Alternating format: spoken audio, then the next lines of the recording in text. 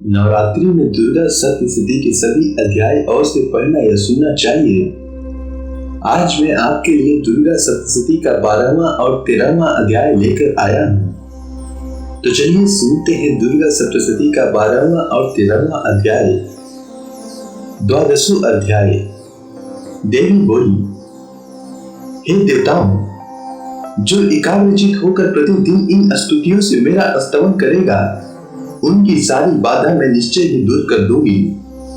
जो मधुकैटभ का नाश, महिषासुर का वध तथा शुंभ और निशुंभ के संहार के प्रसंग का पाठ करेंगे तथा अष्टमी, चतुर्दशी और नवमी को भी जो एकाग्रचित होकर भक्ति पूर्वक मेरे उत्तम महात्म्य का श्रवण करेंगे, उन्हें कोई पाप नहीं छू सकेगा। उन पर पाप जनित आपत्तियां भी नहीं आएगी।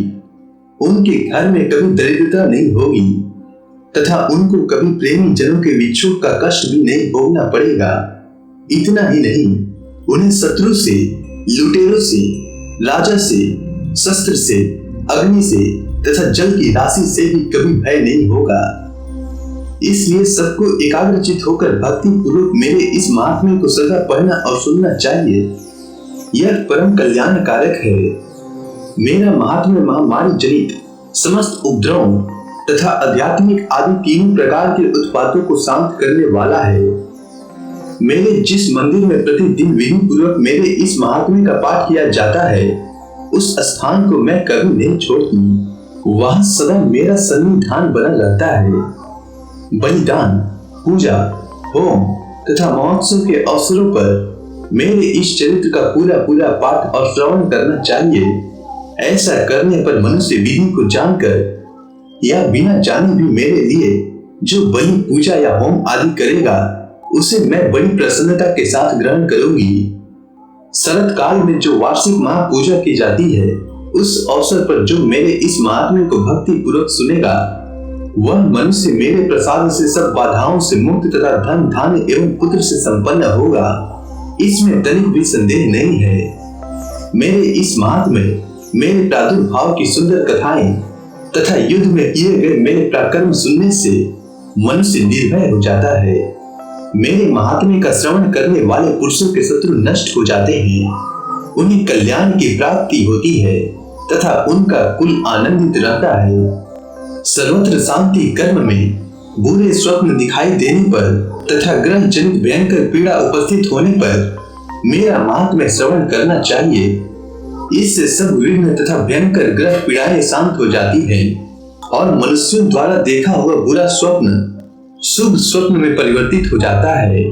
बाल ग्रहों से आक्रांत हुए बालकों के लिए यह महात्म्य शांति कारक है तथा मनुष्यों के संगठन में फुट होने पर यह अच्छी प्रकार मित्रता करने वाला होता है।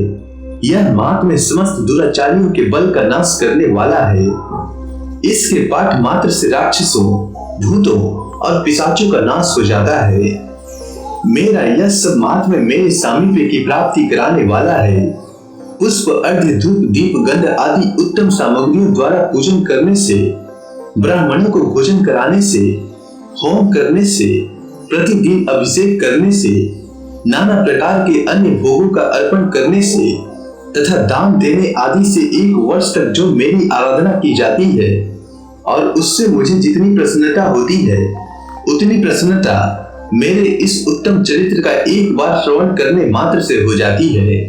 यह महात्म्य श्रवण करने पर पापों को हर लेता और आरोग्य प्रदान करता है। मेरे प्रादुर्भाव का कीर्तन समस्त भूतों से रक्षा करता है तथा मेरा युद्ध विषयक चरित्र दुष्ट दैत्यों का संहार करने वाला है। इसके श्रवण करने पर मनुष्यों को शत्रु का भय नहीं रहता। हे देवताओं, तुमने और ब्रह्म ऋषियों ने जो मेरी स्तुतियां की है तथा ब्रह्मा जी ने जो स्तुतियां की है, वे सभी कल्याणमय बुद्धि प्रदान करती है।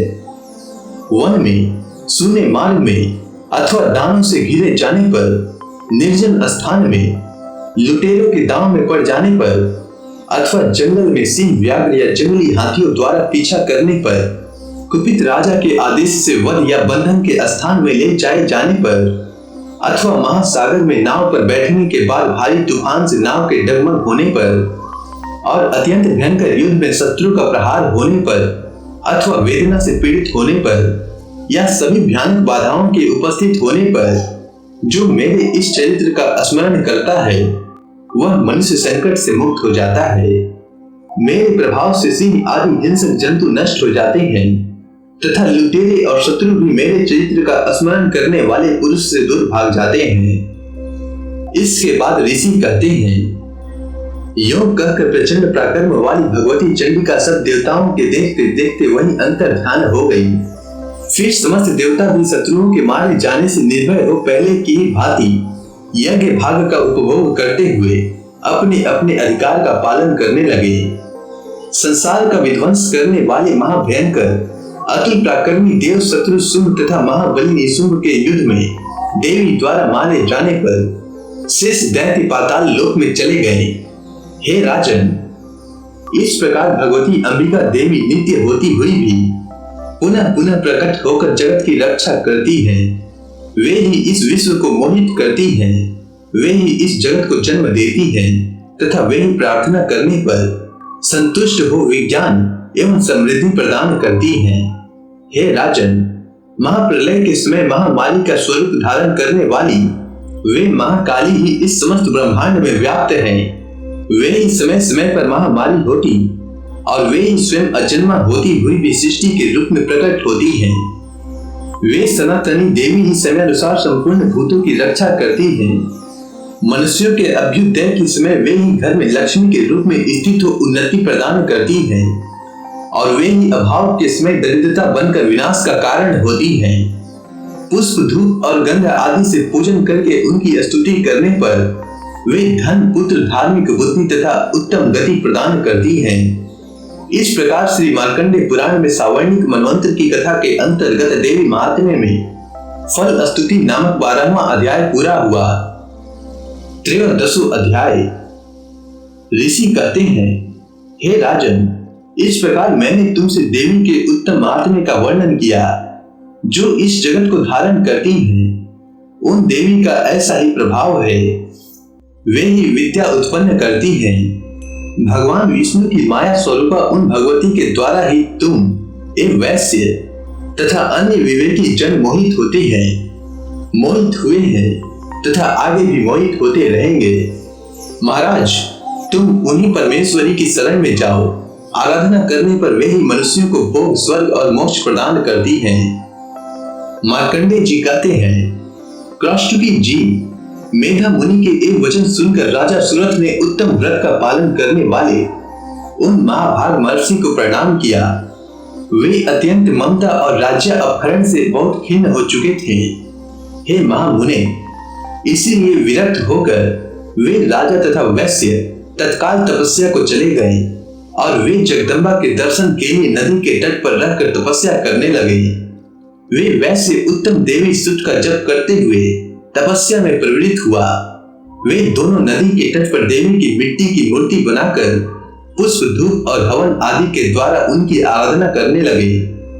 उन्होंने पहले तो आहार को धीरे धीरे कम किया, फिर बिल्कुल निराहार रखकर देवी में ही मन लगाए एकाग्रता पूर्वक उनका चिंतन आरंभ किया। वे दोनों अपने शरीर के रक्त से प्रोक्षित बलि देते हुए लगातार 3 वर्ष तक संयम पूर्वक आराधना करते रहे। इस पर प्रसन्न होकर जगत को धारण करने वाली चंडिका देवी ने प्रत्यक्ष दर्शन देकर कहा। देवी बोली, राजन तथा अपने कुल को आनंदित करने वाले वैश्य, तुम लोग जिस वस्तु की अभिलाषा रखते हो वह मुझसे मांगो, मैं संतुष्ट हूँ, अतः तुम्हें वह सब कुछ दूंगी। मार्कंडेय जी कहते हैं, तब राजा ने दूसरे जन्म में नष्ट न होने वाले राज्य का मांग किया तथा इस जन्म में भी शत्रुओं की सेना को बलपूर्वक नष्ट करके पुनः अपना राज्य प्राप्त कर लेने का वरदान मांगा।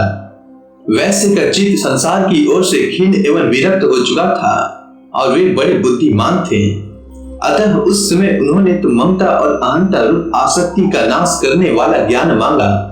देवी बोली, राजन, तुम थोड़े ही दिनों में शत्रुओं को मारकर अपना राज्य प्राप्त कर लोगे।